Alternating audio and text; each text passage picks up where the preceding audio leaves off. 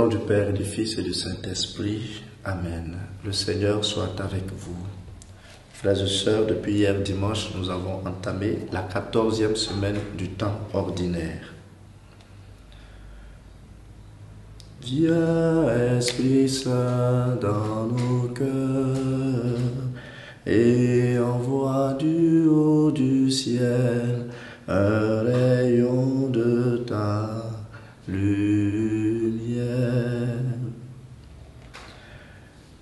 Évangile de Jésus-Christ selon saint Matthieu.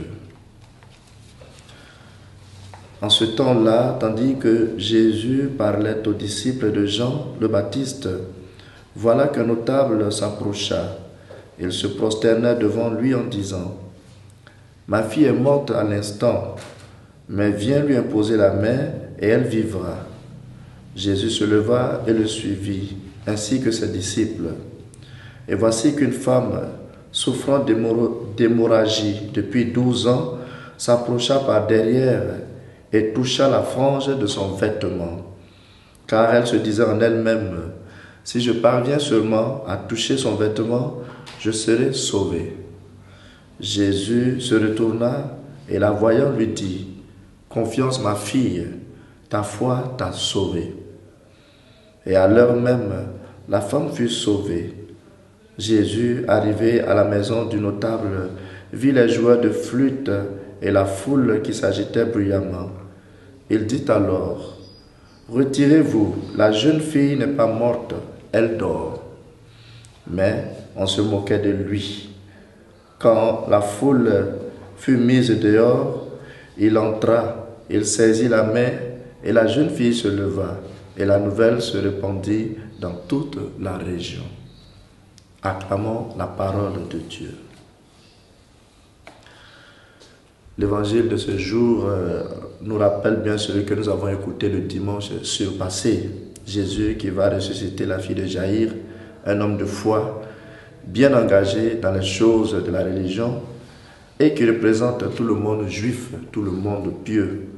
Et cette femme hémorroïde qui reçoit la guérison instantanée, elle que la maladie avait marginalisée et ainsi qui représentait tous les marginalisés de nos sociétés.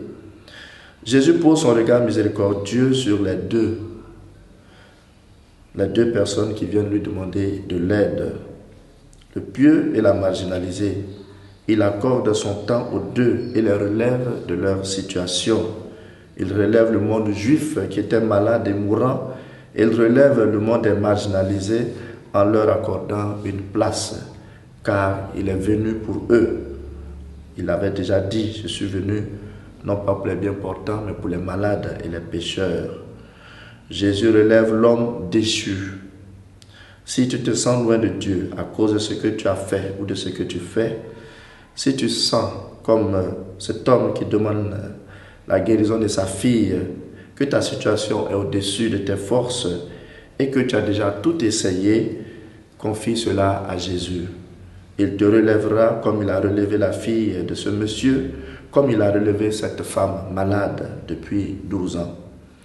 Que cette nouvelle semaine soit une semaine de relèvement pour toi avec Jésus. Mais bien aimé, pour voir les merveilles de Dieu dans nos vies, on ne cherche pas un homme de Dieu spécial ou des églises spéciales. Oui, toutes les personnes que Jésus guérissait exprimaient la foi. Crois seulement. Par la foi, la femme longtemps malade a été guérie. Jésus a dit à Jaïr de croire seulement. Oui, frères et sœurs, gardons la foi. Soyons croyants.